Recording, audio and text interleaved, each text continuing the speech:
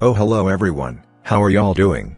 I hope you're great. Today I'm going to respond to your unpopular opinions. So, the first thing I'm gonna do is thank the people who participated: Mimi, May Indigo, Aldate, Kalula, Luna, Sandy, and Annika. Thank you so much. There is not really much to say, just share your opinions down below if you don't agree with the people who wrote them or with me. Do it nicely and I'll definitely be happy to read them. Don't forget to subscribe, to like the video and to follow me on Instagram at the link you can find in the description. Alright, let's spill the tea.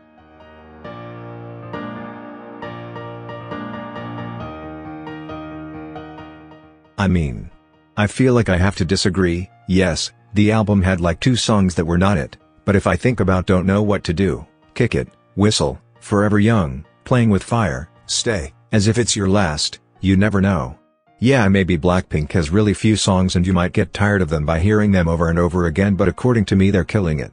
It might be because I come from international pop standing, which, let's be real, can be a little repetitive sometimes, so, since Blackpink's music is a mixture of pop and K-pop, I enjoy it even more. You know what, though? I feel like if they released more music, a lot of it would get boring after a bit. I get it, we're mad because we don't get enough content, but in this way I think they really release the good stuff.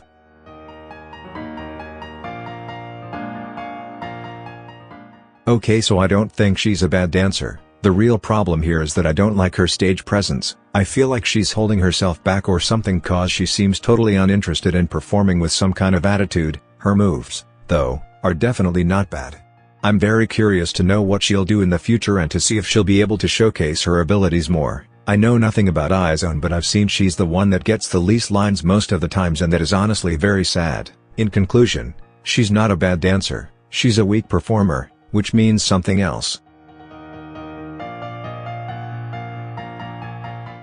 Yeah, I agree. Second generation is the most iconic thing that has ever existed, but it's totally normal for us Gen Z to think it's outdated and kinda edgy.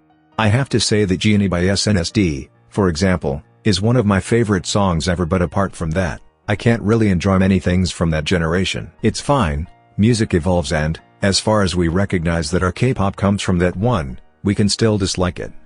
But no, it's definitely not that untouchable music that everyone praises. It has many flaws, and nowadays, leaving some exceptions to the side, it sounds old.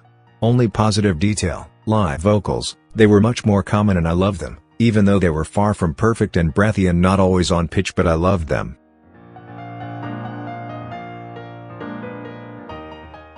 Here it's really all about personal preference, but I can say Twice has had some great eras. I still think Twicegram is one of the best girl group albums out there, but I have to say that their B-sides have been quite forgettable sometimes. I feel like Twice's strength lies in their title tracks. They are, and I think they will forever be iconic.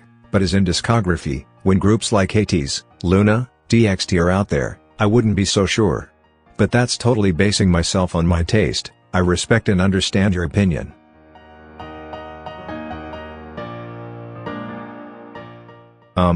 It really depends on how heavy the word standing is for you. You definitely can decide for yourself, like if you don't throw hate at anyone everything is fine. I can actually think there are some groups I stand in which I don't like 100% of the members, but it really is up to the person. K-pop is about music after all, and as long as we don't hurt anyone and we still support the group as a whole, I don't see the problem in it. Just kick the hate out of the room, cause not liking a member that much is a thing, but hating on that idol is something else.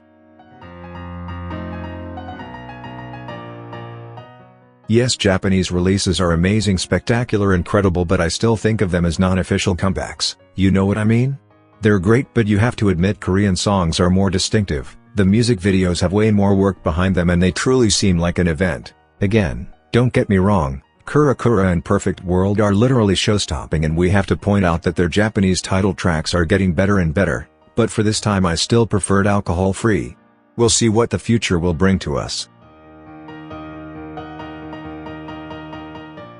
Dream pop is probably my favorite subgenre of pop, so I agree 100%, it's very close to Indian rock, and if you don't know what I'm talking about, pretty much Ghosting by TXT sums it up. It's so good and I wish groups went in that direction more, especially because we would have so many good music videos that make us feel into a coming-of-age movie. Good point here. They do. Can't really say much about it because I'm among the ones that don't listen to K-bands. Apart from Lucy and Day 6, I'm very ignorant about it, and yeah, I have to educate myself and find a way to stand some of these groups. It is also fair to say that their music is not as universal as other groups. Their comebacks are never that big, and it depends both on the people and on the genre. Do I think they'll ever break out? I don't know. But I'll definitely give them a chance.